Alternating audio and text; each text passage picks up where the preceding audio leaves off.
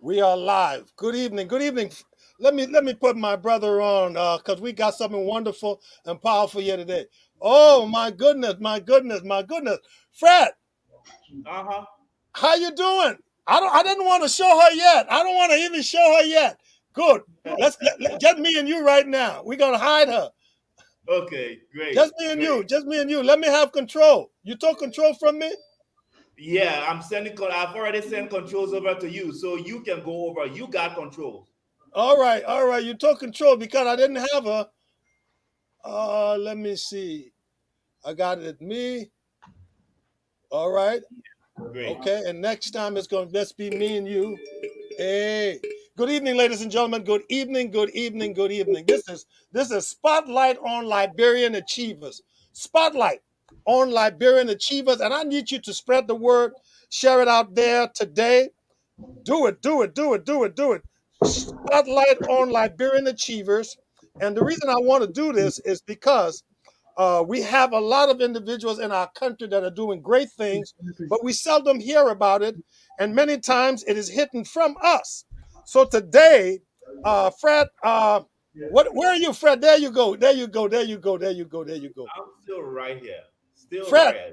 do you see beside us in the third screen next Mm, to us is this lady?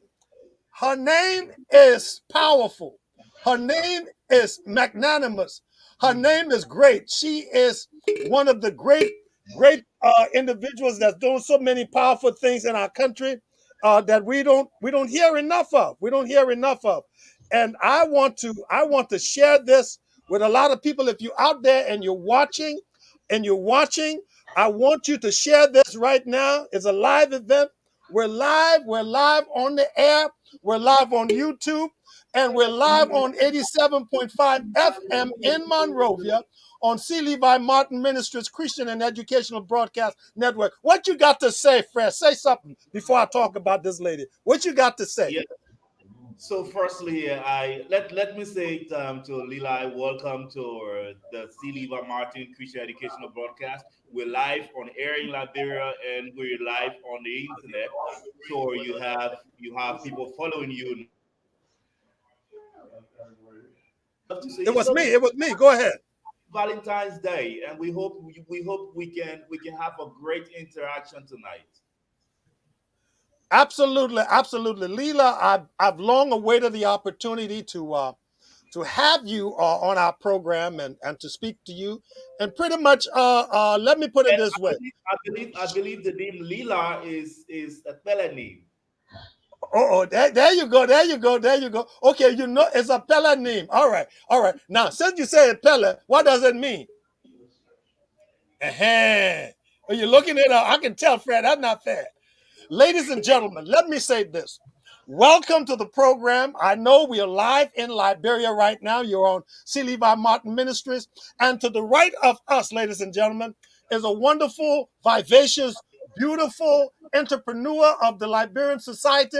And she is the second woman, in fact, to be brought on what I call Spotlight on Liberian Achievers. Spotlight on Liberian Achievers. We'd like to welcome and Leelai Kpukuyou. Leela, welcome to C. Levi Martin Ministries. How are you?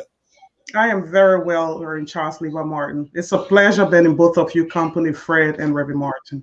I need you to know you're not only on Facebook, you're on YouTube, and you're coming live on C. Levi Martin Ministries Christian and Educational Broadcast Network, which is 87.5 FM in your town, Monrovia, and adjacent counties. So let me say, we really appreciate you being here on this Valentine's Day. We wish you a happy Valentine's Day. We wish the people of Liberia a happy Valentine's Day. We wish the people of the world a happy Valentine's Day. Indeed. Okay, now Leela, I've known you Okay. for a few years now, I'm and going and to one of the things I want to begin this conversation because it's a conversation we're gonna have is I always see M Leela. Mhm. Now tell me, girl, what does this M represent? What does it stand for? What does this M stand for? Well, you have started off asking Fred what was the meaning of Leela, so I may Yeah, want yeah. to start with that, since in fact that carries much more significance and definition compared to the M. Leelai Okay. actually means my heart has found peace. Literally, Whoa. that's what it means. Ni Whoa.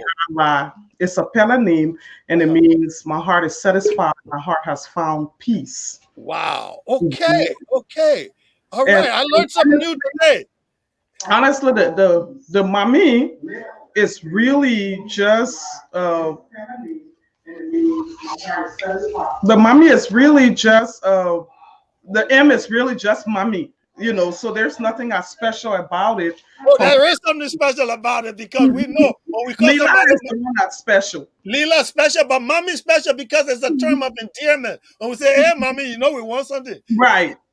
And you see, that goes to say there's just a few people who actually refer to me as mommy, and it's family. So whenever anybody calls me mommy, that means that they know me beyond just professional lines or beyond just the public domain.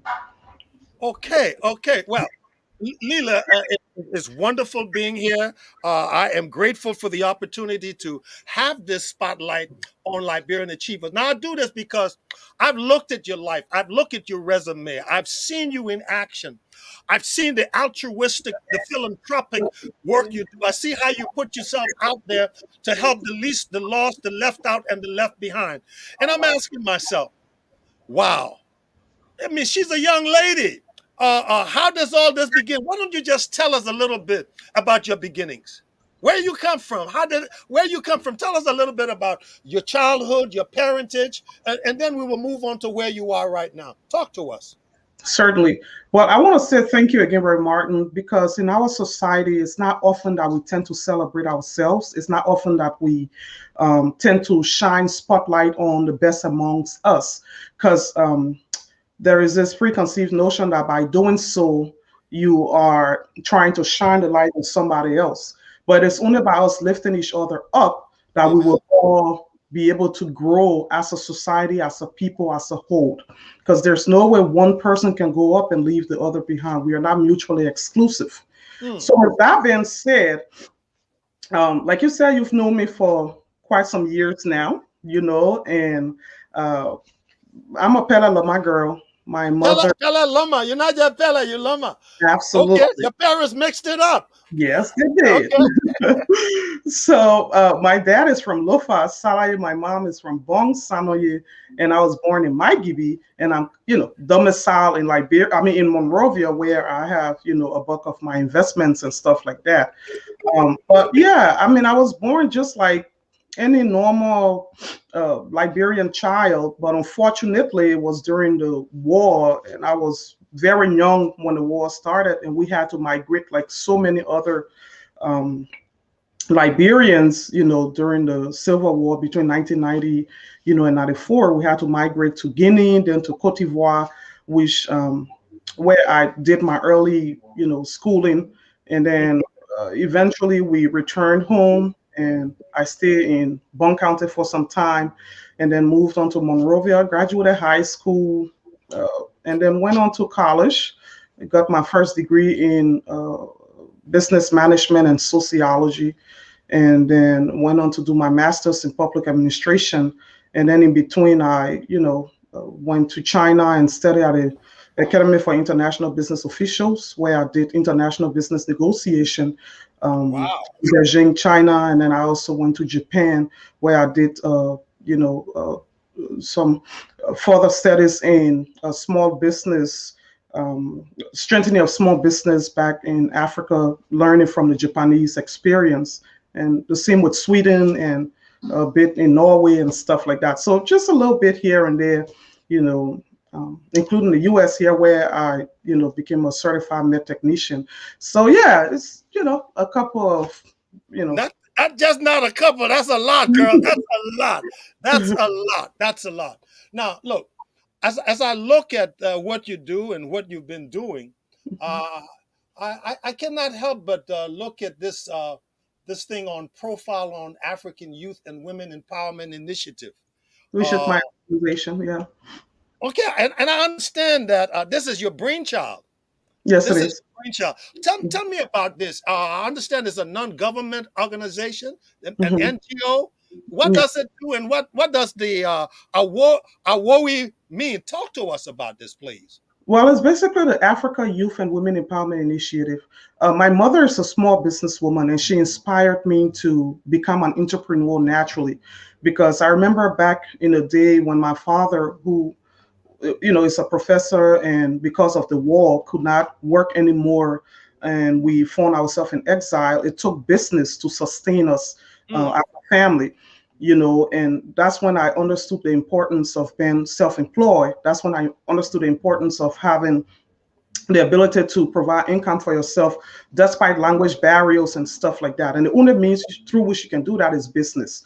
So I started doing business, and then I said, but doing business is not just enough. I have to do something to give back, because I know what it means to not have. And I have also been in positions where I have lacked. My parents have lacked. We have not had to eat, So I said, I need to help. So as I graduated high school, I started to travel to Ghana and Togo on buses to buy commodities and bring back to Liberia to sell to the then commune, labor sale, anybody And who how were. old were you when you were doing this? I was actually around 17, 18, 19, thereabout. Wait, And by, you were a teenager yes, I in was. Liberia, Mhm. and navigating your way in business already for survival. Exactly. And because, like I said, I was inspired by my mom, who all she did has been business. So as I did business, I then thought and said that there are a lot of former child soldiers and teenage mothers from the Liberian Civil War who did not have any sense of direction, or did not have any kind of hope or means of survival. So as I did my business, it got to a point where I was able to build a store on Benson Street, and Wow. I established a store on Benson Street. By this time, I'm now in college, and when I established the store, I started to travel to China, to Dubai, to Qatar to Wait, buy. wait, wait, wait, wait, wait, wait, wait. Mhm, You're a teenager. You start this business. mhm, You're able to have the mindset mhm. to to build a store. Yes, yes. Wait, So wait, wait. Yeah. So we're not just talking building a store, because we're talking land acquisition as well. You, definitely. you can't just build on something that's not yours. So you actually bought property on Benson Street. Right. Yes. I leased a property on Benson Street, Okay. and I was able to build a store. And I, after building the store, started to get some young teenage mothers and former child soldiers, and I started to empower them. They saw me Mm. more like a mentor. And as time went by, I was able to start with the first five, and then 10, and then 20, and then 30. And before you realize it, I did almost 75 former teenage mothers and former child soldiers. So that is how IOE was birthed. So the social entrepreneur component of my um, private sector engagement was the Africa Youth and Women Empowerment Initiative. Wow. Yeah. Wow. So I'm like, okay, I'm doing business, but I have to still give back. How do I then do that? It is only by, establishing a line of my business that I'm able to use to give back. So what I would do is I will get these teenage mothers and former child soldiers to come to the store, and I will talk to them, and I'll give them wheelbarrows and give them commodities and tell them that, listen, if you steal my commodities, or if you don't return it, just know you wouldn't break me down, but you have ruined your reputation. So the one collateral that I held on to was their repetition collateral. And 99% of everybody who walked through my doors through the years, especially those that were being disarmed and reintegrated into the society, um, after the UN came into Liberia, 99% of them were able to listen to me, were able to take the goods, go and sell on a commission basis. I will tell you, for example, this pen is $1, and I will take no more than $1 for it, but you can sell it up to $1.50, $2, or $3, but just bring me $1 back. And through that, they were able to, empower themselves. So basically, Now, you're starting I, something so young. Mhm. You learn this ability to survive, to thrive, to do business from your Yeah. mother, Yeah. and then you now take this thing Hmm. that is made applicable in your own life, and now Right. you're teaching it to others and Hmm. teaching them to be resourceful and empowering them for Hmm. themselves. Right. Yeah. Wow, wow. my Fred, my Fred, con- Fred, I'm listening to you, Fred. Go ahead. Yeah. Leelai, we follow some of your tracks, some of your events, some of things that you've done. But my concern is drawn to, or I've been drawn to the child soldier. Tell us, Hmm. give us a vivid description, give us an open description. How was it like dealing with them at that time, especially when they were being disarmed and trying to be reintegrated into society? Give us a picture. How did you go about with them? Well, it wasn't always rosy. I'm not even going to give that impression that it was, because these were kids that were lost. They were fragile. They felt insecure. They did not have a sense of direction. And me being a young woman myself, I guess the reason why they were able to trust me was because they saw me as somebody that get it. Like they get it. They saw that I was able to build trust and confidence with them, and in that way they were able to open up to me. But there were a lot of damage done to a lot of our young people who are now today adults, and are still in the society. But over the years, as I work with them, I build trust, I build confidence. I did not help them from a perspective of judging them. I did not want to make them feel less than. I did not Were want you to. at any point in time afraid of them? Well, I would not say afraid per se. I would just say there were points where I needed to be cautious because, like I said, mentally, a lot of these people were compromised. So I needed to be very cautious in some instances instead of just being relaxed and seeing it from the standpoint of everybody being normal. So I wasn't afraid, but I always took on every challenge that I saw, I took it on as an opportunity to make a difference. I took it as an opportunity to impact into them. And by doing so, I built such confidence with them that there wasn't any reason to be afraid. Now, Okay. Leela, Mhm. Okay. Go let ahead. me Go ahead, sir. let me say this. I am very, very, very pleased that you're here, because we live in a society quite often that is looked as patriarchal. They look at the male figures in the society. They've given more regard. They've given more respect. Men seem to navigate better in the economic, financial, and business market. Right. You're a woman. You're a woman. You're a young woman. Indeed. Uh, how have you been able to do this? What are some of the challenges? Let me first come up with that you had to deal with, uh, especially being so young at that time, and even now. Talk to us about some of the roadblocks that you encountered. Well, being a woman in the society that we come from, um, society already has a way of creating divides and trying to put limitations and trying to see you from a sexist standpoint and a misogynist standpoint. But I strongly believe that instead of focusing on um, the sexism or discrimination based on the fact that I'm a woman, I use those discriminative um, threats brought forth against me as an opportunity to justify the confidence reposed in me, which is something I know my male counterparts will not have to do consistently. But being a woman, there have been times where I've entered boardrooms, and when I look left and look right, I'm the only woman in there. And non-verbally, they will try to communicate with you why you don't, belong here. But don't don't sit there and play pity party. Justify why you belong there through your intellect. Justify why you belong there through your utterances. Justify why you belong there through your output and through your ability to effect change around that very table.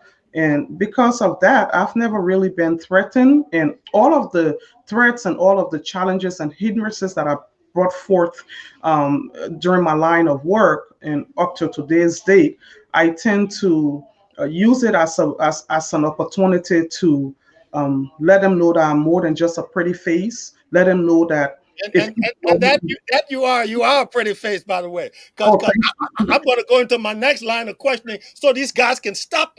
They're just inboxing me all kind of stuff. So I will come to that and agree with you. You are not just a pretty face, but you also a brain, and we're grateful to God for that. Now, yes, very much. Leela, the challenges you face as a woman Hmm. are different, and I see that all the way. But one thing I notice about you is your confidence. Your Oh, thank confidence. How has that helped you? What has that done? That inner confidence that exudes and comes on the outside. How has that been a powerful tool in getting you ahead? Talk to me. Well, let's first say this. Um, you cannot rely on external factors as a means of validation. You have to look inwards and see within yourself that you have the capability, even if you may not have all of what it takes at the moment. Know within yourself that you have the potential Hmm. to do what it takes. Yes. And that is the starting point. Because, yeah, you may say, oh, I'm not quite there yet. But that should not be any reason to make you feel inferior to anybody else, whether your male counterpart or otherwise. So start within, do that inner work. Okay. Put in that inner work and know that um, I have the potential. I have the ability. I'm here to take up space positively. And with those mindsets, you are able to then exude the kind of confidence, because you also don't want to exude false confidence that Mm. will come out as you don't know what you're doing, and you having a false sense of maybe importance or understanding of the issues. You also don't want to be so confident that you become arrogant, and then arrogance then puts you in a position of insensitivity towards others, and also intolerance towards others. So there's an intricate balance where you have to be very careful to understand and know your strength, understand, know your potential, and also understand and know your limitations. But do Wow. not allow your limitations to be the factor for which you feel inferior to anybody whatsoever. Ladies and gentlemen, we're on right now on Spotlight on Liberian Achievers, and we're with a beautiful, vivacious entrepreneur, a Liberian woman of substance who is making her way and navigating her way through and meandering through the difficulties and challenges and reaping much success. She's letting us know that success is when preparation and opportunity meets. I'm hearing from Leela right now, if the opportunity is not there, create your own opportunity and make your own way into success. Well, Leela, this is Valentine's Day. Mhm. I got a lot of folks texting me and hitting me on this, and they're asking me some questions. I'm afraid I gotta ask. They're asking me, Reverend, please ask this question. Is she Is she single? married? Is she married? Well, I'm not Is she single. available? Is No, there a I'm not. significant? I Is am there not a single. significant other? That's what I'm getting. I gotta ask this question. So And please answer. and I will respond. I am not Okay. single. Absolutely not. I have a partner. But Okay. here's the thing about me. I tend to keep my private life private. Okay. I'm very cautious on what I let the public consume about me. I do not Okay. let the public dictate my private life. I don't let them dictate my relationship or anything like that. But no, I'm not single. I'm very taken. And Thank you very much, gentlemen. Get off my phone. Get off my phone. She is occupied. The room is occupied. The person is occupied. And so sorry, guys. Go look somewhere else. Go look somewhere else. Leela, look, it's Valentine's Day. I'm going to take a quick break to share with you something. A few okay, years ago, when Gerudo and I got married, and I can talk about Gerudo to you because you right, know her very well. You've been to absolutely, our home, and indeed, you've even spent a weekend here with us, I believe, yes, a I few years have. back. Now, Hmm. this is something we did on our honeymoon. Okay. I, we're 25 years married, and when we got married, or we were up in the Poconos, I went to this one place where we went to sit down and spend a quiet time together. Hmm. We were celebrating our Valentine, our love, our marriage, not just dating anymore, but now married. And Right. we sat in this place, and they had a jukebox. And this jukebox, I went to it, and I said, you know what? I'm going to do something. And Hmm. they began to play this music. And while they were playing this music, I'm trying to get it on. Hmm. I decided that I was going to sing. So this is the song I sang to my wife. Hmm. Your hometown looks the same as I step down from the train, and there to meet me is my mama and papa. Down the road I look, and there runs Mary, hair of gold and lips like cherry. It's good to touch. Yes. The The green. green, green grass of Oh, home. oh, Mhm. house is still standing, though the paint is cracked and dry. And there that old oak tree that I used to play on. Down the lane I walk with my sweet Mary, hair of gold and lips like cherry is good to touch the green, green Green grass.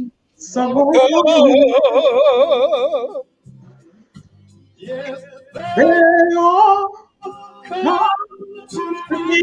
me. Sing it. Reaching, smiling sweetly too. It's good to touch the A green, green, green green grass of home. grass.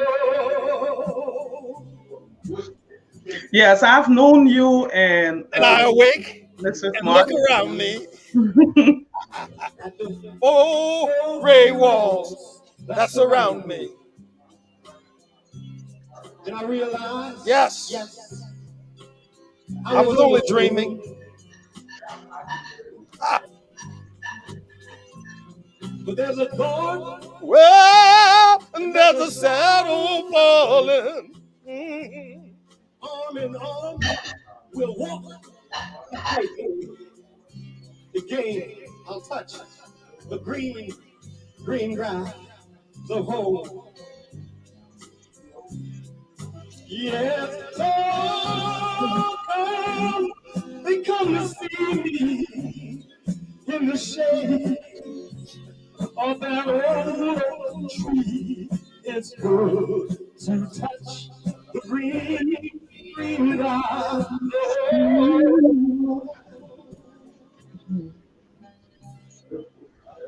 Yeah. Every Valentine's Day, I love to play that song so my wife is reminded of our love 25 years. So on this Valentine's Day with you as our special guest, I thought I'd treat you to the song. She's downstairs and she can hear it on her Zoom meeting. So Leela, again, all of you out there, happy Valentine's Day. And Leela has a Valentine, guys. Leave, leave her alone. Alone. Let's Yeah, get but I have to say though, yeah. of the years that I've known you and Gerudo, I have seen one of the most beautiful marriages. I see how you both adore each other. I see how you celebrate and love each other. And I think yours is one to emanate, yours is one to celebrate. And so happy Valentine's Day to you and my dear Gerudo Harris Martin. Thank you, thank you. I'm sure she's sneaking off a Zoom because she knows you're wrong. She knows you're wrong. Listen, I watched you over the years, and I know that you are a woman with great vision and great mission. And I see this. I know you have on the Iowa seek to create a new breed of youth and women in Liberia with the capacity to live productively and contribute significantly to the economic and social development of Liberia, the West African subregion. Now, why this vision? Why is this important? Liberia being one of those countries that how I wish we were farther ahead than we currently are, but Mm, unfortunately we aren't. And every day we talk about Liberia constitutes 65% youthful population. Liberia constitutes 65% youthful population, and 51% women or something like that. You realize that we have to come up with practical ways through which we can work with these young people who need a sense of direction, who need uh, a level of empowerment that allows them to discover their own capacity. So it's not sufficient for you to just hand out, give mm, out, and continue to give out and do handouts because it's not sustainable. You mm, have to be able to look at a young person and help them look deep within themselves and discover that which they do with the least amount of effort but the most excitement. Before you realize that is probably their passion, that is something that they can be able to translate into an employable skill. I'll give you an example. With my organization prior to being in the States during this COVID period, even though I've done some intervention with COVID, I used to go out into the counties to the local schools. Like I will go to Bong, I will go to Lofi, I will go to Maigibi and other places to local schools and speak to these high school and graduating students because that's the best place to get, to kind of pick them up from. So mhm. you meet with the 11th graders and the 12th graders, and you have 200 students that are graduating from, say, the Tutota Lutheran High School. And of these 250 students, 90% of them don't know what they even want to do after they've graduated high school. They're sitting there and they feel no sense of hope because they either want to work in a bank or they want to just work in an office because everybody else says it's hip to do so. But then when you sit down in a hall with them, the pictures you're really showing now are some of my staff. Mhm. The one you've just shown, that is Yvonne. She's one of the teenage mother. Okay, this first one is some of my staff at one Okay. of my real estate properties. Oh, we got to get to that. You got to hold on to that thought. But go on. Let me Yeah, let among me, among let me share this. among those young people you see there, some of them I brought with me from over 10 years ago. They have been with me. Yvonne stands up as a very particular story because she and her sister combined have about 9 to 10 children, and they're Wow. teenage mothers. Yeah, but it may not seem significant. It may not seem a lot, but in the world and eyes of someone like Yvonne, you will realize that whatever intervention I have made has helped her to build her own little house, and she's been able to, have a roof over her head. She has a consistent income, through all of the years of my mentorship with her and me empowering her. So her Mm. story is one of those that just stand out among a lot more, that I have worked with. Now Yeah. talk to me So about like this. here, this is where I'm talking about, speaking with the young people. When I go out of town to these different high schools, I will sit with a room full of 1,000 students. By the time I'm Wow. done talking to them, it's like a light bulb just came on.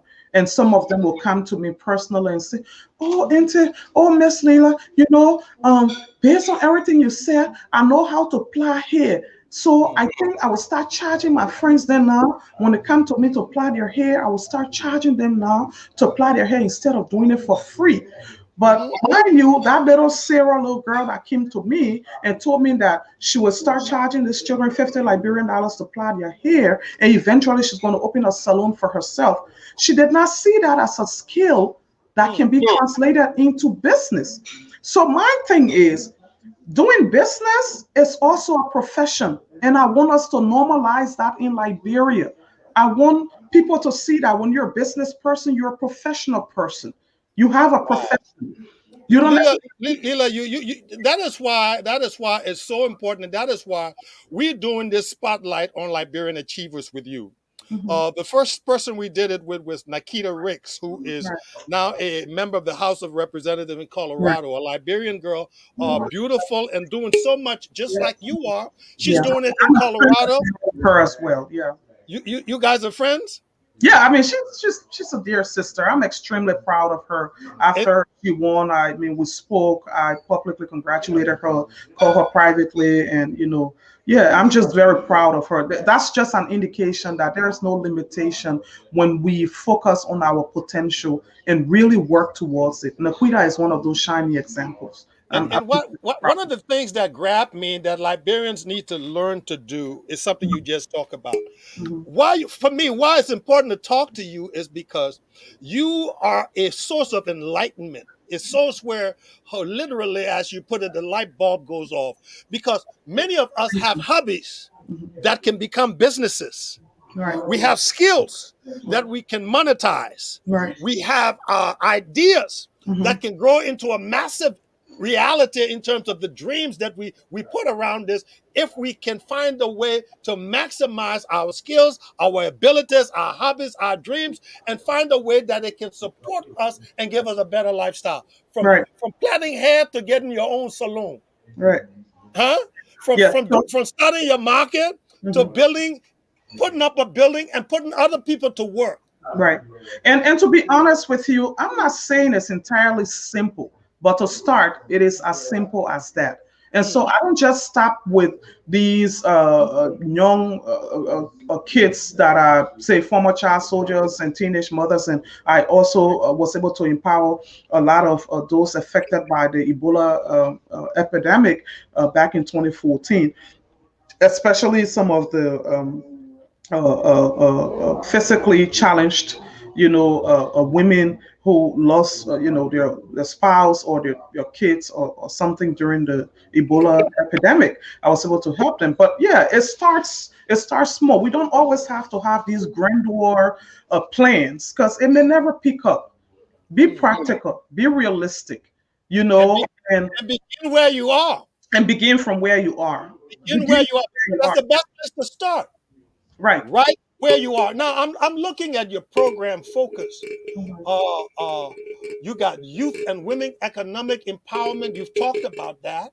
Right. You've talked about youth and women leadership development. Now that is so important. To develop leaders. I see a lot of people who lead, but they don't develop anybody who comes behind them to lead. Mhm. So what happens when you're no longer there? Talk to me about building a legacy of leadership, please.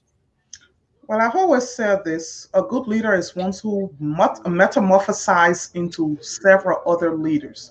Mm, If you cannot empower people to a point where they become just as qualified, just as competent, just as productive as you are, then you really haven't done much. If you feel insecure to or feel threatened to empower other people, then you are not a leader. You're an opportunist trying to use others to get to where you want to go to get to your destination.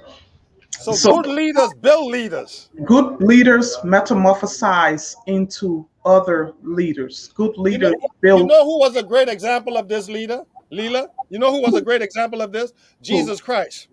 exactly. Jesus Christ. He was a leader who built 12, who built 500, who built And 5,000. look Now where we have millions Christianity throughout the has world. reached today. Yeah. So, leadership is a quality that each one of us have. It may not necessarily be in the same way, but not because somebody else's ability or their manner of doing things is different from yours, make it less than. No, it's only important and relevant that you see how they do what they do and see things through their lens and appreciate things through their lens. And then you will have the tolerance and the capacity to understand them. And through that, you yourself will gain knowledge. But we must be able to build leaders in Liberia, because if you can build leaders who then continues after you. All right. No one is here perpetually. No one is on the stage forever. No matter what you're good at, no matter what your craft is, no matter what your calling is, inevitably there comes a time when you will have to get off the stage. And when you get off the stage, what do you want to see happen? It ends there, that's it, or it ends with just your children, that's it? No. You have to look within the society, you have to look within the community, and especially women and youth, which is the two demographic of people that I'm very concerned with, especially given that women are always, challenged in our society. Women are there are always roadblocks put in our ways in different ways, and sometimes it's even hard to explain, because some of these things are systematic. They may not even be written there for you to see, but it's there. So that's why when a woman get a seat around the table, when a woman has an opportunity, it becomes imperative. It becomes a moral responsibility for her to create other seats around that same table for other women to join her there. If not, then you start to build a table where you will bring other people up Wow. and Yeah. then put them around that table and show them how you build your table. And before you realize it, each person will start learning how to build a table themselves, and others that cannot build table, others that don't know the have the technical know-how or vision to build a table, will then have a space around your table. In other words, leadership starts with you who have the opportunity. Build others up. My brothers and sisters, you're listening in Liberia on 87.5 FM, C. Levi Martin Ministries Christian and Educational Broadcast Network. You're listening on Charles Levi Martin Live Facebook, Reverend Charles Levi Martin Facebook, C. Levi Martin Ministries Facebook, Unity Fellowship Baptist Church, and YouTube, Charles Levi Martin. We're speaking to a young, vivacious entrepreneur from our native land, and you're watching right now and listening to Focus on Liberian Achievers. Focus on Liberian Achievers. Leela, another area you spoke about in your program Focus, you Mhm. talk about psychological rehabilitation for youth and women. And we know that the war brought some great burden psychologically on our people. We know that great poverty brings a huge psychological burden. We know that economic depravity or health conditions all can have psychological bearings. What does your organization help to do when you talk about psychological rehabilitation for youth, women, and children? Well, it's not necessary from the scientific aspect of things because we don't have that kind of capacity, Mm. but we are able to sit and communicate with these young people, with these women, and let them know that they're not crazy. They Hold on have one been second, Leela. affected. Hold on one second. I'm hearing a rather loud conversation in the background. I don't know, Oh, okay. and that is really thank I'm you. sorry. It says, is there still interruption? Yeah, that's where it's coming from. I know it's not from Fred's studio. Okay. No, I'm good. I know you're good. How is it now? That is good. You Okay. stop whatever it was. But that's what you are. You're a woman of power, and you can stop things that are an annoyance. Thank you very much. That's a good example of your leadership. Go on, Leela. No, sorry for the interference. So yeah, as I was saying, that people have had traumatic experiences, Hmm, and the worst thing that can happen is for them to not be validated, hmm, because it leads to a point where the person feels like maybe I'm crazy, or maybe these are just things happening in my head that nobody can understand.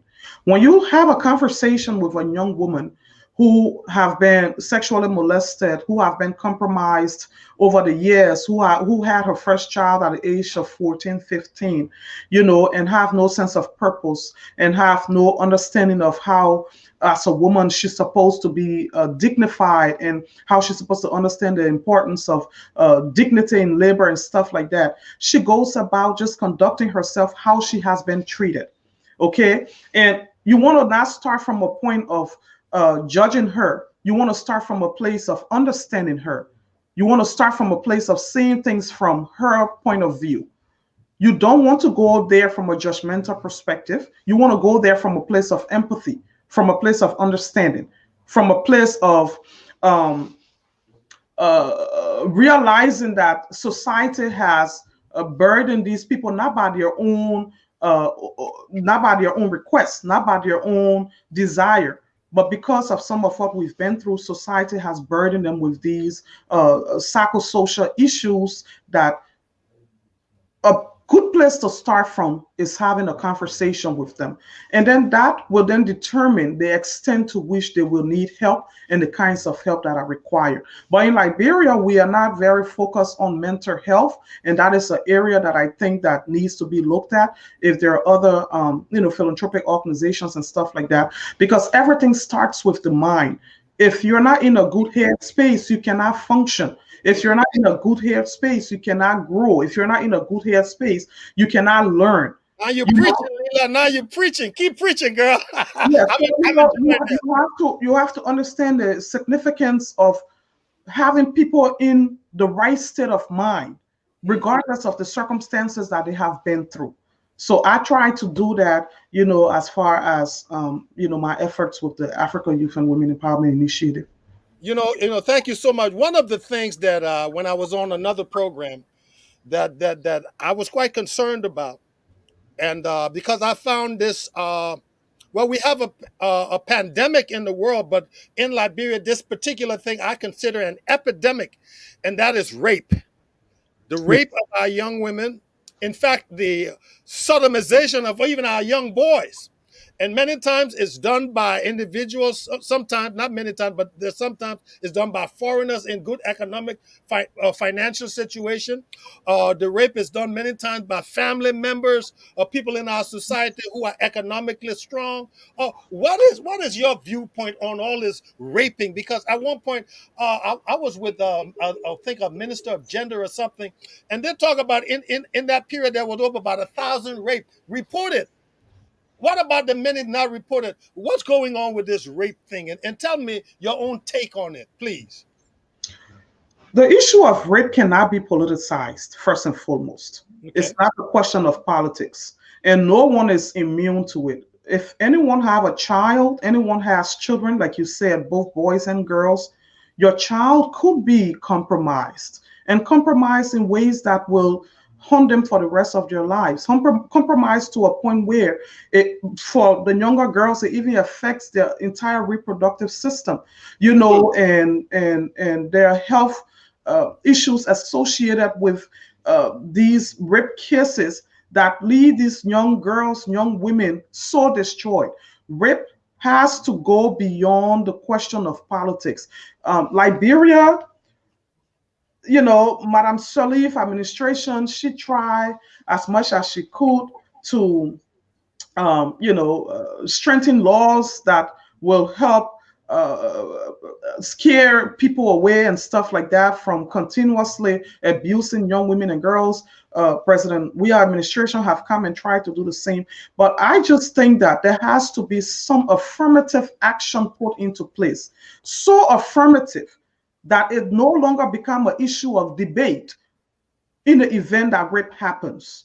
Hmm. You have to be able to you have to take an unprecedented measure and set some examples that is as inhumane as these rapes are, so Okay. that it deters people. That's why I'm saying it cannot be political. And people rape people and then they're in jail after 3 days. And the next thing is, oh, because of habeas corpus, you cannot keep somebody in jail for over 72 hours. You have to let them go on a bond. And, this is not bearable. So And you that, see, there are no real consequences for those who perpetrate this kind of atrocious violence on people, there are no real consequences.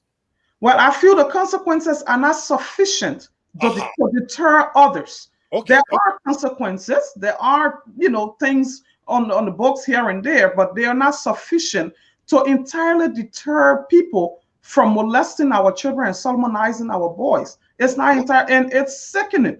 Those who rape they must be castrated.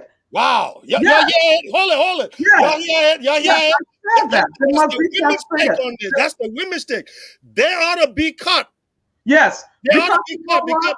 yeah, go ahead. When you take a woman's a young what on a 2-year-old child Yeah, that appeals to you, please. what Woo. on a 3-year-old child, what on a 10-15-year-old little girl, what on a 12-month-old baby that Hey, appeals man. to you. And these are the kinds of atrocities that are going on. These are the kind of atrocities that have been perpetrated against That young kind of people. evil needs severe measures. I agree with you And with it needs to be so severe. It needs to be so affirmative that it does not leave room for anybody to think that they can get away with it in the future. It has to be across the board. Until that happens, people will continue to, try and error and put them in jail and stuff like that. There was a time in Liberia where people were killed by death squads because of corruption and stuff like that. There were times where there were such affirmative actions taken against people because of immoral things they did in the society back in the day. Okay? We're not saying that, oh, you should kill people or anything, but if you're going to rape a young child, the consequences must match the level of damage you've caused to that child. And as it is now, I don't think that we are doing that. Back in Liberia, we led so many campaigns. We, went to the legislature, tried to strengthen laws, tried to proffer bills that will be able to, just help to provide some sort of deterrence that is strong enough to prevent it. Last year and year before the last, the rape cases in Liberia just intensified. Why that is, I have no idea. What exactly is going on? I don't understand. I agree with you. It's because the punishment is not severe or is not tantamount equivalent to the crime. That is why it's keep going up. Folks think they can get away with it, spend a few days in jail and come out. Okay. Exactly. If you use a tool to damage a child for life and that tool is taken away from you, there's no way you can repeat that crime. And You others go to JFK. Yeah. And you see the fistula center at the JFK, Reverend Martin. You will be totally disgusted. Okay? Wow. They have these young kids, some of these rape lead to them having fistula. And they are damaged. For life. They're damaged. So what happens to these young people? So it continues to happen. What then can we do as a country? What can we do collectively? How can we start from a traditional standpoint wherein you have people in a household, men bring children from the interior and then compromise them. Let's talk about family business, and somebody touching on a child. And when the parents get to know about it or the child speaks out and they say, oh, shut up, don't say that before you embarrass us.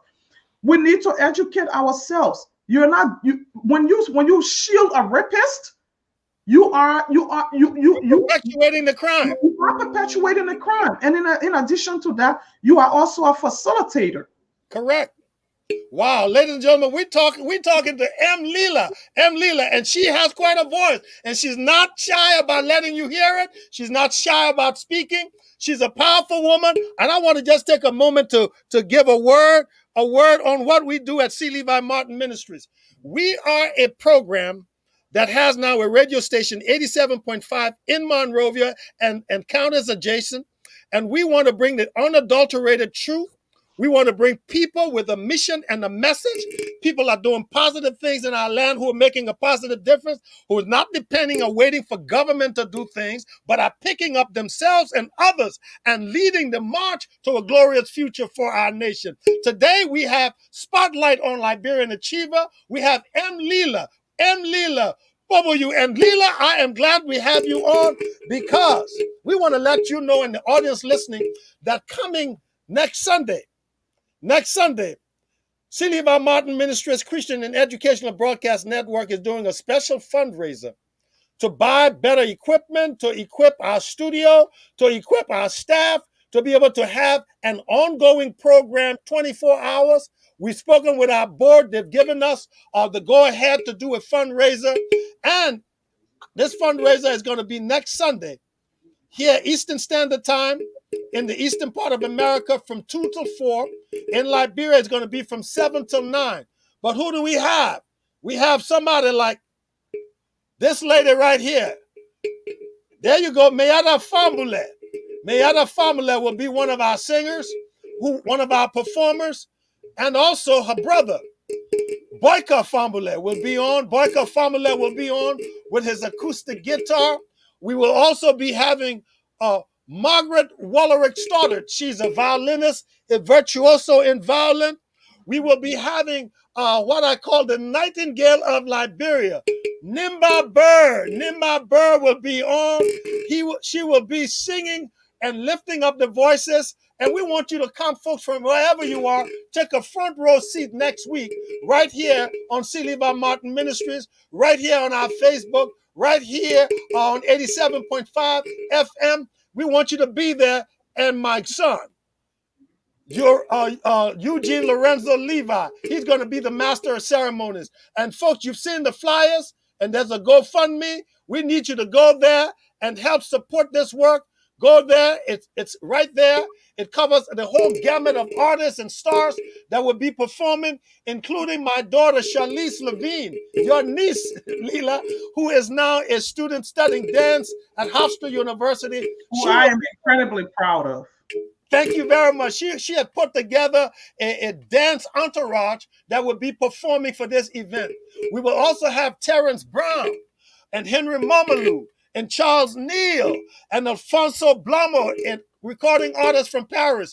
Next week, Sunday at 2 p.m., we will be here, and we want you to come with all your offerings, all your gifts to support this work. We look forward to it, and we're going to go right back into studio with the lady in the spotlight, ladies and gentlemen, the lady in the spotlight.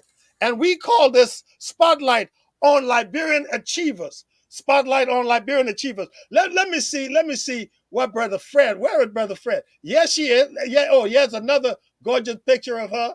Look at her. Look at her. There you go. We're talking Leela, and right now, here it is. Here it is. There she is. That's a picture of Leela, I'm sure, at one of her conferences, at one of the places where she speaks, talking to young people about the future, talking to young people about the project, talking to young people about where they're going, where they want to get, and where they want to go. You know what? Let me go back to her because she's live in studio. Sis Leela. I'm right here. What do you say? What do you say to the young people who are dreaming, who are hoping and about the future? What do you want to say to them on this platform today? Because I want to go back to another business of yours that I have been the beneficiary of, and I've loved being there. And I won't say what it is yet until you tell us about it. I don't want to be the one to talk about it.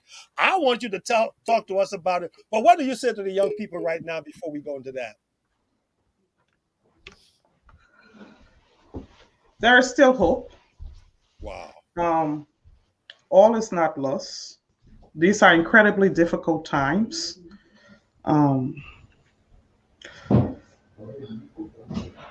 Inevitably, it takes each person to save themselves.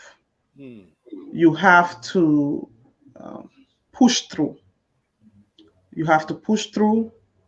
You have to look beyond your circumstances.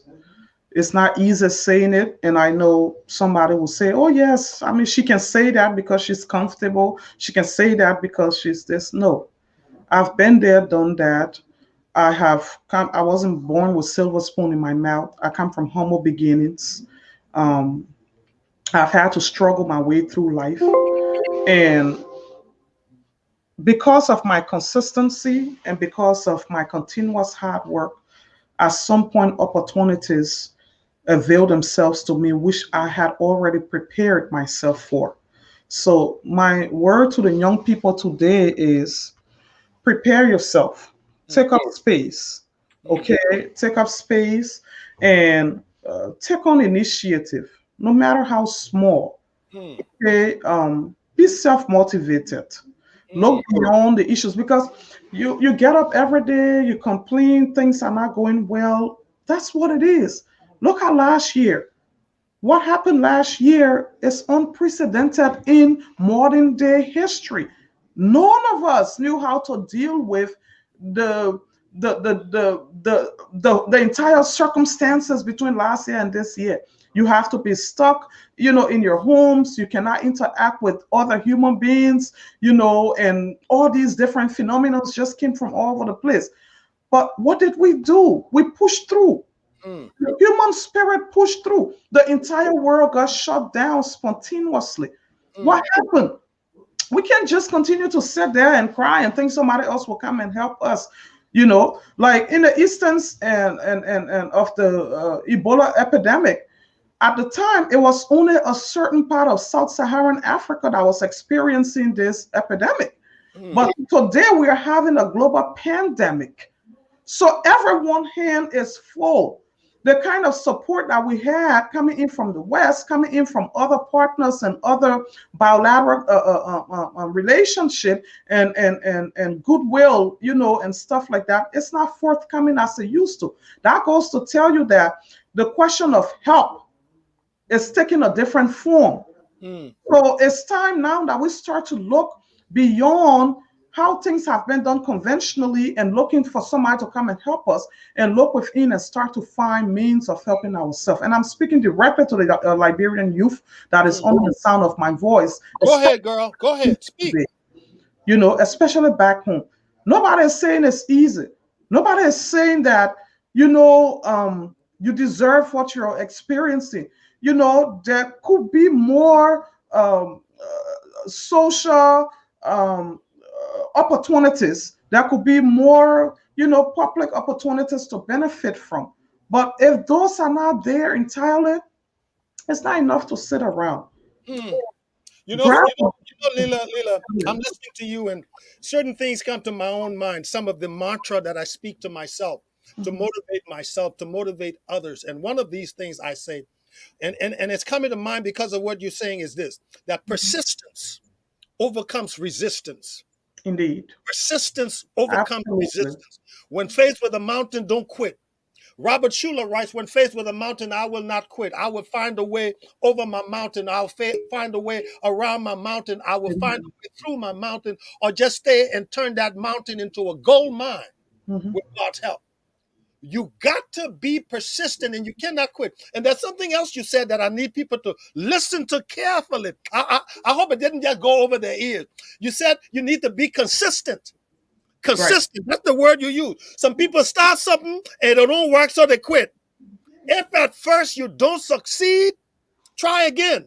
Mhm. Try again, try again, try again, try again. One Liberian writer says, great, brave men who work while others sleep, who Mhm. dare while others flee, who run away. They build the nation's pillars deep and Right. lift them to the sky. You're building people. And by building people, you're building hope. You're building the future. You're building Absolutely. capacity. Absolutely. Leela, Yes. Leela, Yes. uh, uh, I hear what you're saying. I feel what you're saying. But as somebody who's trying to do something in Liberia myself, Mhm. one of the things I've encountered is the crookedness of some of our people. Let me be honest here. I don't enjoy saying it, but it got to come out of me because we if we're gonna tell the truth, let's talk the truth. I've Right. had people that I try to go in business with, invest that money in, Mhm. for instance, the radio station. And they Mhm. take the money and spend it on their own welfare or their situation. I bury Mhm. my mom, I bury my pa. That's not what it was for. Mhm. This crookedness, this lack of ethical value, this lack of moral value, this lack of trust. Right. Many times people all around here in America tell me how they send money to get this thing done. People tell them they're building their house, they send them pictures, they finally come there, no house, Mhm. nothing. The money has just been eaten. How do we handle this? And what is this about this stuff that some of us experience? Talk to me about it. How do you deal with it? How do you overcome it? Have you had difficulty with that sort of situation yourself? I don't know. I just got to bring it up. Of course, and I think it's a conversation. No matter how hard it is, it's one that needs to be held, Thank and you. people needs to be held accountable for their lack of moral standing, Hmm. and people need to understand that there are consequences associated with these kinds of things. I would say that there's two aspects to it. One Okay. will be having our legal system strengthened so Hmm. that there are repercussions, no matter how little it is. But when you try to dupe somebody out of their hard-earned, savings and put them under the impression that you're carrying on a project for them, you're implementing a project for them, and then eventually they go back home, and it's completely contrary to what you have told them has been the case all these years. You should be able to, just like in the states, walk to a civil law court and report it, Hmm. and it should be normalized that even for $500 that somebody took from you, you're able to walk to the court and you're able to sue them, and they will pay not just your money but penalties and court fees. And Okay. the laws are strengthened and the legal system is decentralized, whereby everybody don't have to come to Monrovia in the event that they have the kinds of situation. Somebody in Bapolu, if somebody tried to defraud them out of their money or business or investment or anything like that, they should be able to walk to the local court there, and there should be repercussions, and this money should be paid back. So I think our legal system needs to be strengthened from that perspective. The second aspect has to do with we Liberian ourselves understanding that the one collateral we have as a people is our repetition collateral. Oh, can you repeat that, please? Let people know it, because some people, the Bible said, a good name is rather to be chosen than great riches. Okay, can you Right. can you talk about that a little bit? Talk about that collateral of your Your credibility. repetition collateral, yes. Because the thing is, when you have a name that you've worked hard to preserve, that you have protected with your attitude, with your work ethics, with your output, Hmm. that name open doors for you. That Absolutely. name, when called behind you, determines your fate in particular circumstances that you may not even have control over. Hmm. When your name is called somewhere, the actions, reactions, or lack Yes. thereof Yes. determine the kind of reputational collateral you have built. Hmm. So people don't understand. It's not oftentimes that people have to be in your presence and then they speak kindly of you, they speak highly of you, that you feel that, oh, you are it and you're a good person. No. And building a repetition collateral requires consistency. It requires fairness. It requires you being just. It requires you Hmm. being hardworking. It requires you putting your best foot forward. It requires You you know. putting your hand down there and bringing other people up. That's what it takes to build that kind of repetition collateral. You will see when you start doing it from your community to your town, to your county, to, it then goes all through to the country. Why is that countries are known for specific things? I'll give you an Hmm. example. Right next door, Ghana. You will hear Ghana has one of the lowest crime rates in West Africa, because there is very low tolerance for people committing crime. You can walk in the middle of Ghana 2 3 in the morning. That's why you see a lot of expatriates flooding into Ghana, you Hmm. know, and stuff like that. Because guess what? They started from the community level to their town, to their village, to the city, and then it spread into the country. Before you realize it, there's a national identity, there's a national sense of moral, a high morality that is associated with Ghana as a country. Let us as Liberians start to do the same thing. Because when we don't do these, there are unintended consequences associated with it. When you say the name of Liberia to a tourist, and the only Liberia that some people will ever know will be through me and you. And when we meet people, they have they have they have met Liberia through us. What kind of Liberia are we representing? How are we treating ourselves? How are we being honest and genuine? How are we being fair in partnership? How are we not stealing from each other? When we look at all these things, because there's no way you would do it to your fellow Liberian and then leave from there.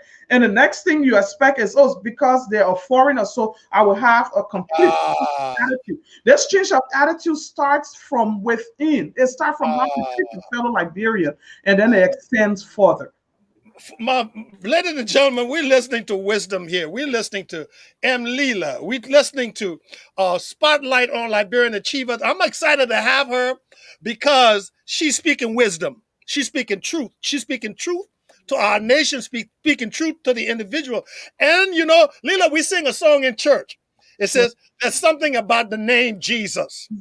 There's something about the name Jesus. There is something in a name. It also says, at the name of Jesus, every knee shall bow and tongue confess that he is Lord. At the name of Jesus, all shall bow. Why? Because there is something in that name. There's credibility in that name. There's trust in that name. There's faith in that name. There's confidence in that name. They know when they hear that name, something good is going to happen. So my brothers and sisters, please listen to Leela, because the first commodity you have is yourself. When people hear your name, what would they say about you? What will they think about you? How will they feel about you? Come on, somebody. Come on, stop. Look, let your name mean something. Let your name mean something. Let your name mean something because it will live after you. When you create, when you have children. Oh, you, Reverend Charles Levi Martin, daughter? Yeah. Oh, you mean Charles Levi Martin, who has been there speaking for humanity, who has been there working to help people, who has been there trying to enlighten the Liberian community and beyond, who has been there preaching throughout the years? You mean you his daughter? That will open door for her right away. That's the reputational collateral that you have built. Oh, come on. Amount of put another term on it. The reputational collateral. That means the good that come after you. The good that come after you. Amen. Amen. You know who said that? Julius Caesar. When Mark Anthony said that when Julius Caesar was brutally killed by Brutus. He says, the evil that men do live after them, and the good are interred with their bones. So let it be with Caesar. The good you do will come after you. In my sermon this morning, we talk about Mr. Do Good. If you do good, you do it for yourself. Right. Okay, so look, Leela, you've been doing a lot of good. You've been working with the disenfranchised, the left out, the left behind, the people that are ignored, the people that nobody want to look at. You're helping to lift these people up. But you know something? Before we close, I want to go back and talk to you about a picture I put up earlier. Let me see if I can find that.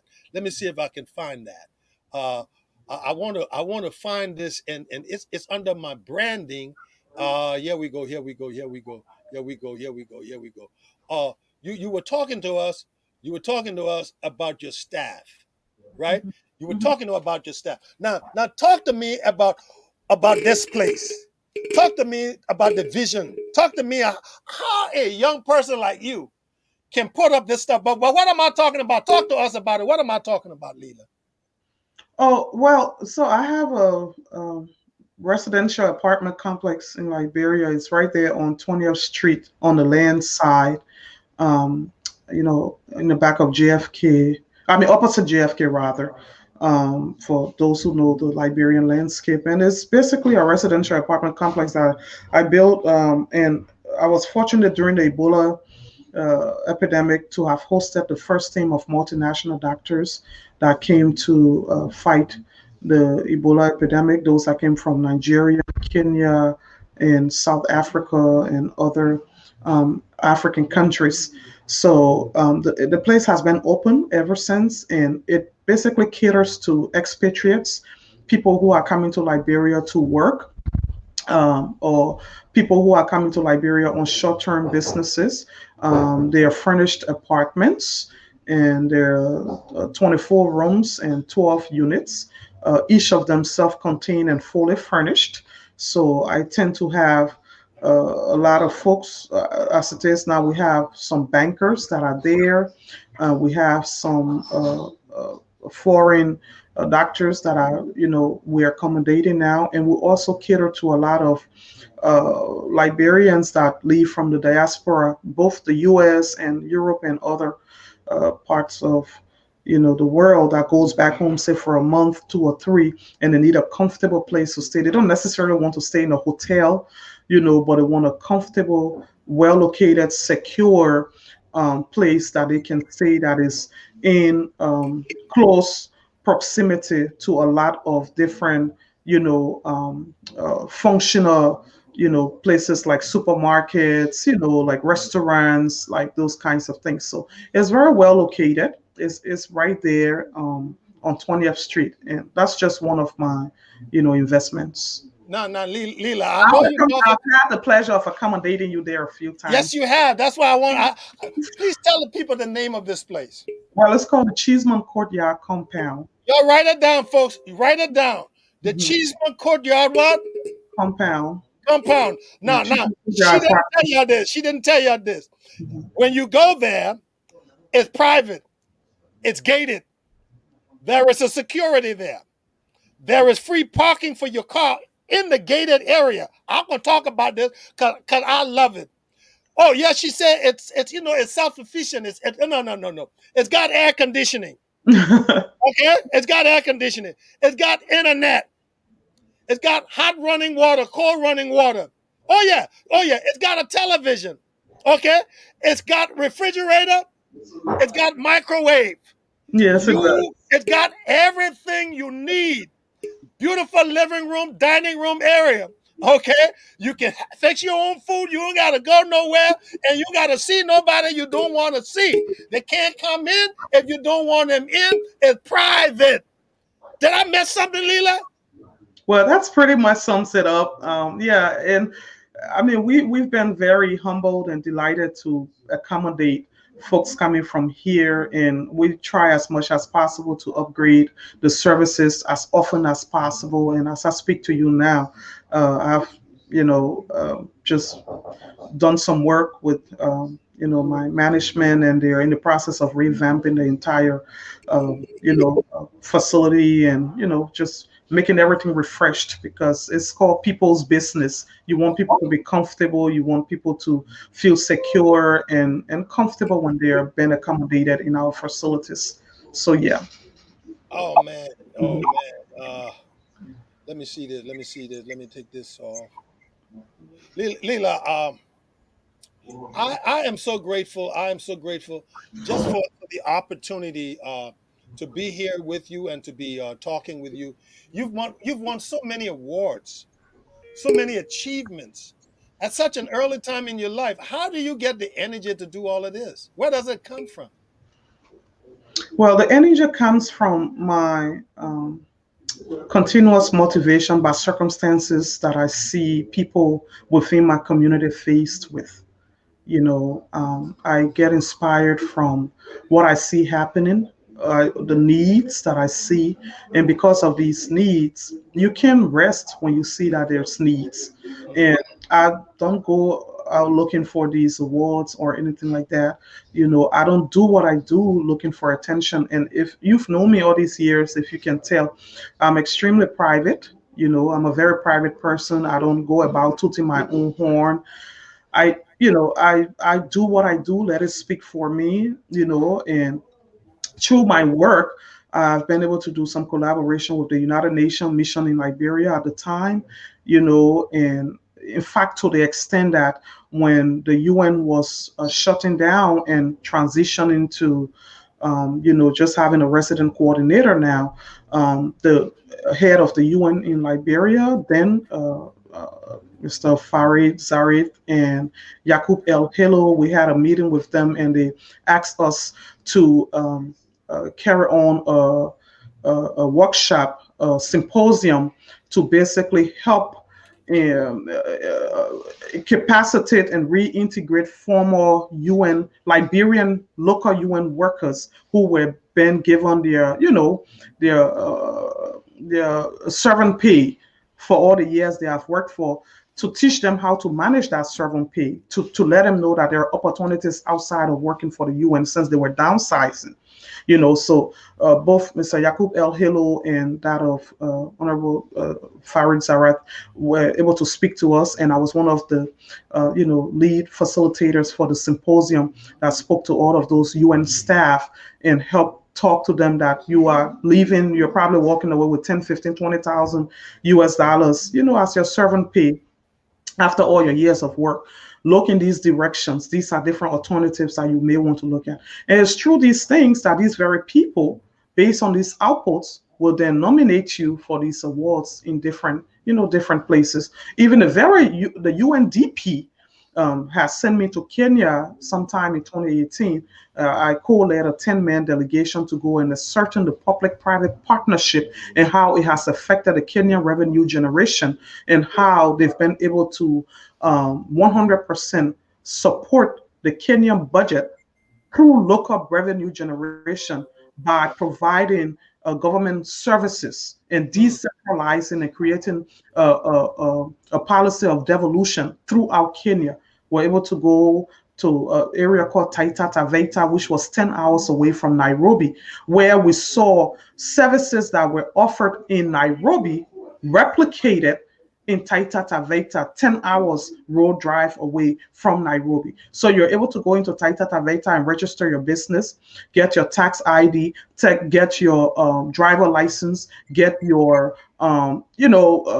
whatever it is that you need, that is provided by government. They were able to create in Kenya these opportunities and let people to access government services, not from a bureaucratic standpoint. So I do all these things, come back home, then uh, uh, let it out to my own people, let it out to the private sector there, and it's true that all of these recognitions were gained, and the UNDP then nominated me twice for the Oslo Business for Peace Prize Award. And like the Emmys and the Oscar, when you have been nominated, you are as good as a winner. And they said Emmy nominated actor, Oscar nominated actor. So You're in that class. You're in that sphere. Now, I got two more things before I let you go. yeah. I got two more things before I let you go. Mhm. Many people have seen what you've been able to do in this short while that you've been on this earth. And some are saying, does she have political aspirations? Is she looking to run for the Senate? Is she looking for to run for the House of Representatives? What are her aspirations? Does she have any political zeal? Can you share any light on that? Well, politics is something that we all are a part of. I mean, I am a stakeholder, have been and always will be. Okay. But that doesn't give any justification for why I do what I do. I do what I do because of the courage of my conviction. I do what I do because I realize that that is my own way to give back to humanity and to help my community. I do what I do because I know what it's meant to not have. But in terms of politics, yes, I have always been involved in politics, and So if the always, people bring a and I, counter kid behind you, hold on now. I want to make this thing clear. If you got several delegations, entourage from your county, massive group of people, say, Mami, Leela, we want you to go represent us. What were you saying? I mean, who am I? Okay. The If voice use the of the will of the people, people. the voice of the people is the voice of God, That's and what uh, Tubman said. right. Amen. Amen. And as it is now, I am just focus on my business, focus on my organization, and helping other people. I'm even currently doing some course with Oxford University because I can travel as much as I have been doing in the past. So I mean, knowledge acquired is never wasted. You sharpening your sword. You Yes, sharpening your tool. yes. With So preparation and opportunity meet, you will be successful because you will be prepared. Now, yeah. now, before you go, I had to ask this question. You've done business in Liberia. You live in Liberia. You see what's going on. Mhm. You see the challenges. What are some of the things you think or recommend to our national leadership that could be done that can make our place better? Because we're wanting in so many areas. What would you say? What do you say? What could we help to make better? You see, there are things that it require only the government to put in place in order for the society to thrive. Mm-hmm. Basic social services Mm-hmm. needs to be put in place. What do you mean when you say basic social services? Yeah, you see, we continue to say Monrovia is not Liberia, Monrovia is not Liberia. Let us go into the counties and see how we can genuinely, beyond just putting infrastructures that are not that doesn't have a perpetual lifespan, that doesn't have longevity. We can't just be doing things for the now. We have to do things that have a longer lifespan. The government will need to be able to empower young people out in the counties. The question of scholarship and stuff like that, I know that has been something that has been ongoing, but let us have some level of incentive, through bilateral relations whereby young people that are doing well in agriculture, Mm. people that are doing well that may want to do something in animal husbandry, people that are like the 15, 20, 25 brilliant young people in Lofa County from the different districts, get them together, send them out, let them learn, let them come back, sign a memorandum of understanding with these people so that they can come back home and empower their own people. Not everything has to be in Monrovia. The community colleges in the different counties, instead of just having some subsidy here and there, let us genuinely build these community colleges up and strengthen them so much so that people can learn and be capacitated and empowered, even if they're in Maryland, Mm. even if they're in Nimba. Let Mm. their education quality be just as good as Well, people in Monrovia, and not just the at our level, the Ivy League universities in Liberia at the Liberian level, which is the LU, the AME University, and stuff like that, which everybody cannot afford. I'll give you an example. The Bon Community College has been one of the colleges that has been under construction for God knows how long. Almost a decade it has been under construction. That is unacceptable. You can't have the only community college within a county that is not even up to standard to even educate people, but you expect to have sound and smart people coming from that very county. Then wow. you have a situation of migration. Because when people graduate from high school, then they leave and come to Morovia to look for better opportunities because there is none in the counties. Back in Mm. the day, I understand people in Sino, people in Maryland, they were able to stay in those places and get a good quality of education and compete with anybody else. So I think we need to genuinely create a sense of devolution of opportunities so that people in the smaller counties can be able to take advantage of them as well. The education system needs to be strengthened. There needs to be mentorship programs put in place so younger people can see examples beyond just textbook conversations. Let them see people who they can emanate. Mm-hmm. Let these people come and inspire them. Let these people come and talk to them. It is only by doing so that genuinely people will feel a sense of motivation to want to do something for themselves, like I have been doing with my organization. Wow, wow, Leela, it's been an hour and a half. Amen. I think we started at 3. Yeah. You have spoken so eloquently, such oratorical skills, such mastery, and I want to thank you for being here. I want to thank you for the work that you've done, the work that you continue to do. Uh, uh, any final word before we leave that you feel that we need to hear that is inside of you, or that needs to be articulated? Uh, and I'm saying this because I know I haven't covered the full gamut of what we need to cover with you, but I need to save some for next time. Next time. So, what will you say in parting? Well, I first like to say thank you again for the opportunity to interact. I had no doubt that it would have definitely been a very interactive and exciting conversation.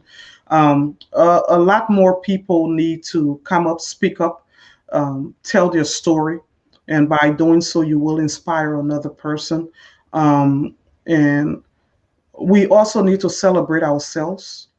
We also need to be able to have the courage of conviction to speak up when it needs to be done, in spite of our connection, in spite of uh, Mm, sentimentalizing things, in spite of politicizing things. We have to be able to stand up and speak out to issues in our society. And I would like to say that Liberia still has a future. Things will get better.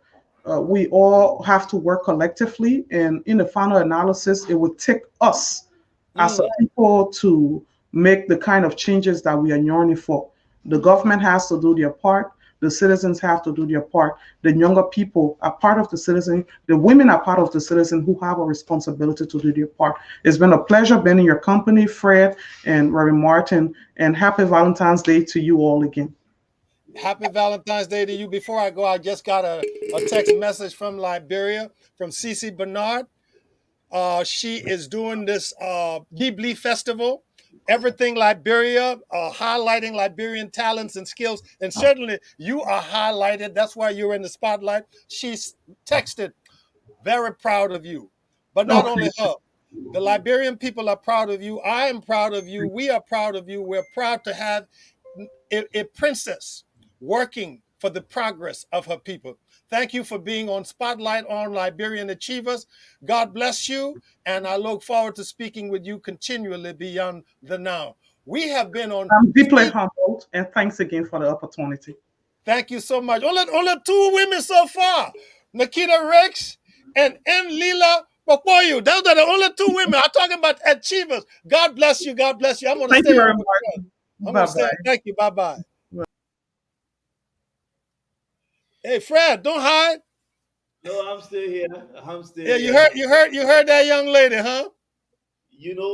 Sometimes when we're doing interview and we listen to the person speak, we try to give them the excess of time because we want people to understand what they're saying.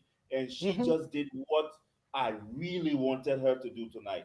She just blew me off. She just blew my mind, and I couldn't really just understand that are we having such a lady here like this? How Right there, many of right these there, right there. how many of these people can we have for people to the young ones to follow, the And young Fred, girls? that's what we will do. We will do spotlight on Liberian achievers. Yeah, We will this show this them. We will show them because we do have them. this is going to step up, is going to actually step up the game because I believe now our minds have to be turned a little from the politics and coming directly to these people who can bring up something for people to see and hear. Amen. Now you see my intent. Now Yeah, you see my intent because all that politics not helping anybody. It's no, helping those who hold the offices. That's who it's of helping. course, And yeah. people are running behind their everywhere. We need to be running behind people who are making a positive influence and difference and impact in our lives. Not somebody who throw you a bag of rice and walk away. She just no, she just blew me up, and I really want to say thanks to her. And we look forward to working with her with more interviews and more, these kind of motivational messages. We can even take some of her messages and keep playing it on the radio and the television for her. Well, you have it. You have it. It's recorded. It's recorded on your stream. And Yeah, anytime you need it, just go and get it. yeah, Well, yeah. Fred, we can't stay on all day, but uh uh tell the folks what's happening next Sunday, the 21st. Well, next Sunday we will be having one of the greatest. I call it the greatest time that I will really love to see, especially when we're having all of these guys and giants. When it comes to music, when it comes to performances, we will be having them live both on the radio and on the TV. That they you call it a variety fundraiser Yeah, and That's it's how. virtual. It's right on your TV. It's right on Okay. your iTab, your laptop. Go ahead. Yeah. So this fundraiser is going to. I can't really wait. I can't just wait for it because I want to see something happen.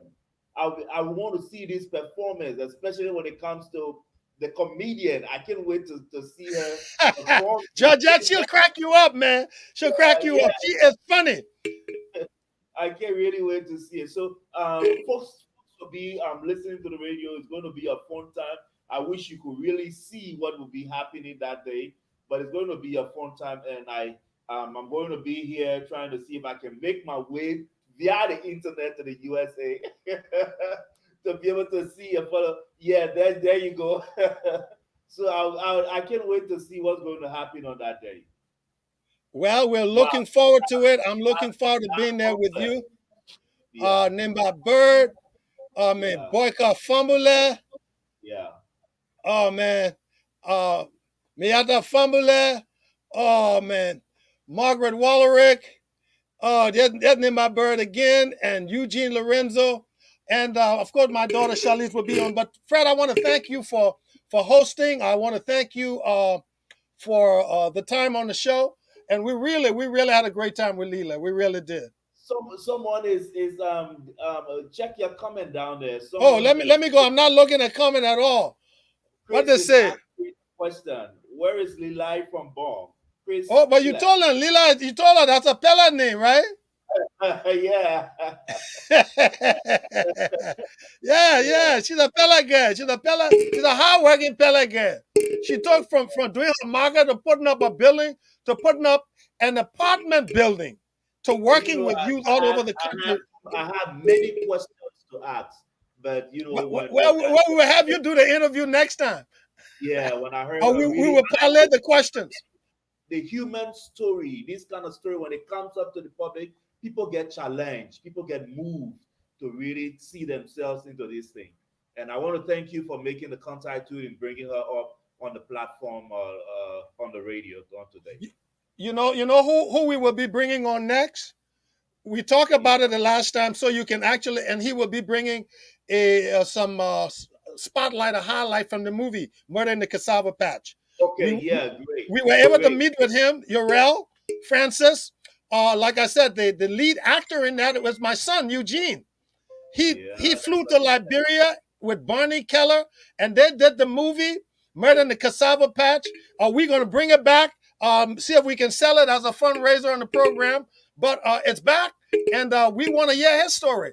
He works right now in Georgia with Tyler Perry. He's one of the producers there with Tyler Perry. He's been in the movie business, graduated from, I think it's Hunter College in New York. But that's what he's been doing from California. Now he's with Tyler Perry. So we got Liberians who doing stuff that we need to highlight Liberian achievements. So Fred, I'll leave it to you to close us off. I see you gone. I'm tired.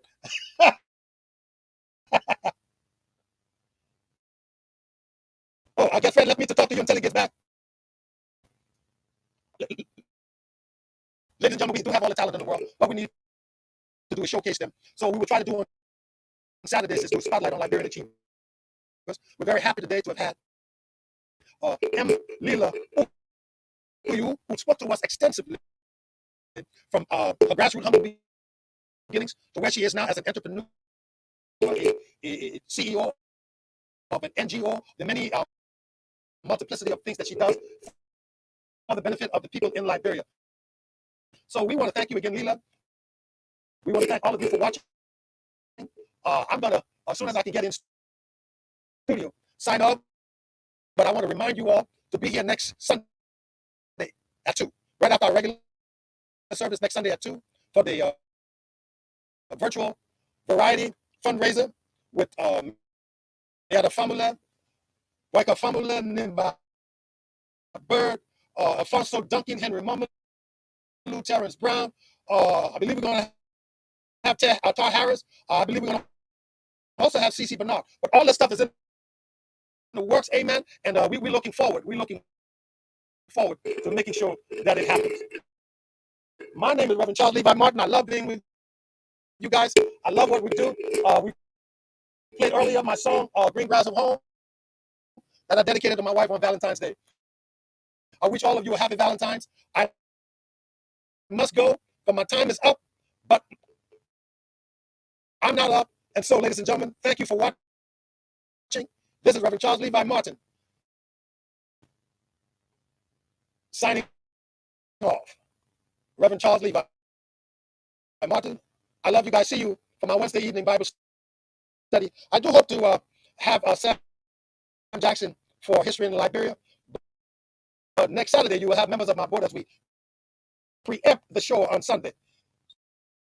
Soon we will have Urel Francis with Murder in the Cassava Patch, and maybe the two stars that were on it, Eugene Lorenzo Martin and Barney Keller. Thank you for